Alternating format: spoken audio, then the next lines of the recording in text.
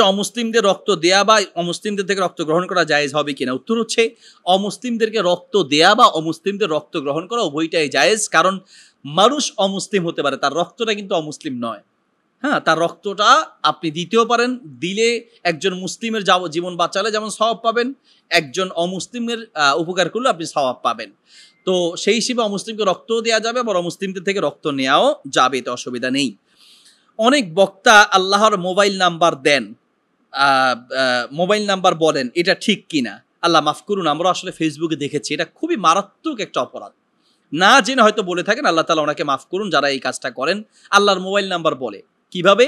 ওই যে ফজরের ফরজ 2 রাকাতের 2 আর জোহরের 4, তাহলে 2 4, আসরের 4 এটাকেও 4 হিসেবে নেয়, মাগরিবের 3 এটাকে 3 হিসেবে নেয়, আর ইশার 4 রাকাতকে 4 হিসেবে। তার মানে 2 4 4 3 4, এটাকে বলে আল্লাহর মোবাইল নাম্বার। আল্লাহ মাফ করুন, লাইসা কামিসলিহি শাই, আল্লাহর মতো কেউ নাই। আল্লাহর শানে কোনো শব্দ ব্যবহার করতে গেলে অবশ্যই কোরআন সুন্নাহর নস এবং দলিল ভিত্তিক কথা বলতে হবে।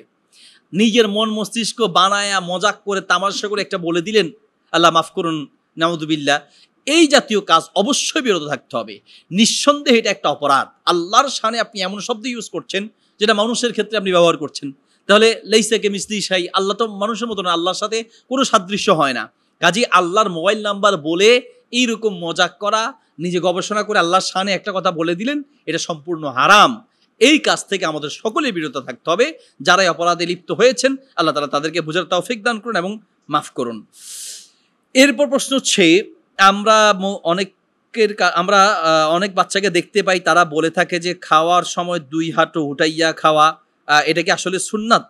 এই যে আমরা দেখি যে মুক্তবে বা অনেক মাদ্রাসায় পড়ানো হয়ে থাকে যে খাওয়ার সময় 2 হাঁটু উঠাইয়া, এইভাবে মানে তালে তালে পড়ানো হয়, অর্থাৎ বোঝানো হয় যে 2 হাঁটু উঠাইয়া খাওয়ার সময়।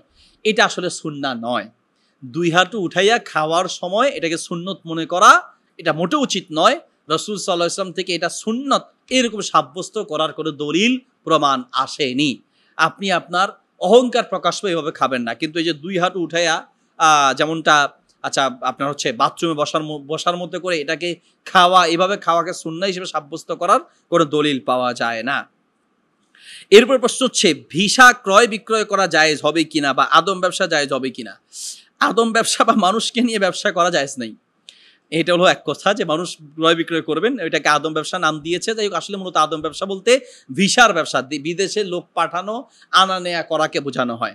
এখন এই ভিসার ব্যবসা জায়েজ হবে কিনা সেটা নির্ভর করবে ভিসার সিস্টেমের উপরে। যদি এমনি প্রকৃতিগত বা স্বাভাবিক কথা হচ্ছে, ভিসা ক্রয় বিক্রয় মৌলিকভাবে এটা হারাম নয়, জায়েজ, কিন্তু কারণবশত এটা হারাম। এখন যেভাবে চলতেছে হযবরল অবস্থায় এটা হালাল হতে পারে না। এটা বেশিরভাগ ক্ষেত্রে হারাম পন্থাতেই এই ব্যবসাটা করা হয়। সরকার যেই পদ্ধতিতে দেয় সেই পদ্ধতিতে না বিক্রয় করে সে অন্য পদ্ধতি অবলম্বন করে। হ্যাঁ, আপনি কোনো মিথ্যা, কোনো প্রতারণা, কোনো ধোঁকাবাজি করা ছাড়া সত্য কথা বলে যদি আপনার শ্রম এবং অর্থ ব্যয় থাকে, সেই হিসেবে আপনি ভিসা বিক্রয় করে টাকা একটু বেশি নেবেন, জায়েজ আছে। তবে কোনো প্রতারণা আশ্রয় নেওয়া যাবে না। অধিকাংশ ক্ষেত্রে প্রতারণা আশ্রয় নেওয়া হয়। বলে যে তোমাকে বাগানে চাকরি দেওয়া হবে, তুমি বাগানে বসে থাকবা, কিন্তু যাওয়ার পরে তারে খেজুর আপনার হচ্ছে খেজুর গাছের মরুভূমির মধ্যে ছেড়ে দেয়, বেচারার জীবনটা শেষ। এবং সরকার শর্ত দেয় একটা, আর সে শর্ত দেয় আরেকটা। কোম্পানি থেকে বলে একরকম, সে বলে আরেক রকম। এইভাবে বেশিরভাগ ভিসা ব্যবসায়ীরা প্রতারণা, মিথ্যা, ধোঁকাবাজির সাথে জড়িত। এই জন্য আপনি একটা মানুষের জীবনকে শেষ করে দিলেন, আল্লাহর কাছে আসামির কাঠগড়ায় দাঁড়াতে হবে। কত মানুষের চোখের পানি বিদেশে যাওয়ার পরে, কত মানুষের চোখের পানি, বলে একটা, নেয়ার পরে দেখে আরেকটা, সম্পূর্ণ মিথ্যা কথা। এই জন্য এই মিথ্যা, প্রতারণা, ধোঁকাবাজি করে ভিসা ব্যবসার সম্পূর্ণ হারাম এবং মানুষের হক নষ্ট করার মতো একটা মারাত্মক অপরাধ, যার শাস্তি হয়তো আল্লাহ আপনাকে দুনিয়াতেই দিবে। কাজে যারা ভিসা ব্যবসার সাথে জড়িত তারা সতর্ক থাকবেন। হ্যাঁ, মিথ্যা, প্রতারণা, ধোঁকাবাজি করা ছাড়া যদি কোম্পানি বা সরকারের শর্ত মেনে যদি ভিসার ব্যবসা করেন, তাহলে এটা হারাম নয় বা জায়েজ আছে। এরপর প্রশ্ন হচ্ছে, খাওয়ার পরে মিষ্টি খাওয়ার সুন্নত, এটাকে ঠিক? এটা খাওয়ার একটা বুদ্ধি, মানে বেশি খাওয়ার একটা বুদ্ধি হলো খাওয়ার পরে কি মিষ্টি খাওয়ার সুন্নত। এই কথাটা বললে একদিকে খাবারও দিবে, খাওয়ার পরে আবার একটু পায়েসও দিবে, অন্তত একটু ফল দিবে, মিষ্টি কিছু দিবে, এরকম কোনো সুন্নত প্রমাণিত হয়নি। একটা হাদিসে আছে নবী সাল্লাল্লাহু আলাইহি ওয়াসাল্লাম খাওয়ার পরে খেজুর খেয়েছেন, এই একটা রিওয়ায়াত পাওয়া যায়। এটা কি সুন্নত হয়ে গেল? খাওয়ার পরে মিষ্টি খাওয়া সুন্নাত? হ্যাঁ, রাসূল সাল্লাল্লাহু আলাইহি ওয়াসাল্লাম ইউহিব্বুল হালওয়া, তিনি মিষ্টি পছন্দ করতেন, এটা ঠিক আছে। কিন্তু খাওয়ার পরে যেই নবী সাহাবায়ে কেরাম মোটে খাবার পেতেন না, তারা খাবার পরে আবার মিষ্টি খাওয়ার এই আমল করার মতো সুযোগটা কই ওনাদের? এত কষ্টে জীবন যাপন করেছেন, কাজে খাওয়ার পরে মিষ্টি খাওয়া সুন্নাত এটা প্রমাণিত নয়। এটা আমাদের দেশে হয়তোবা বেশি খাওয়ার জন্য একটা বুদ্ধি ছাড়া আর কিছু হতে পারে না।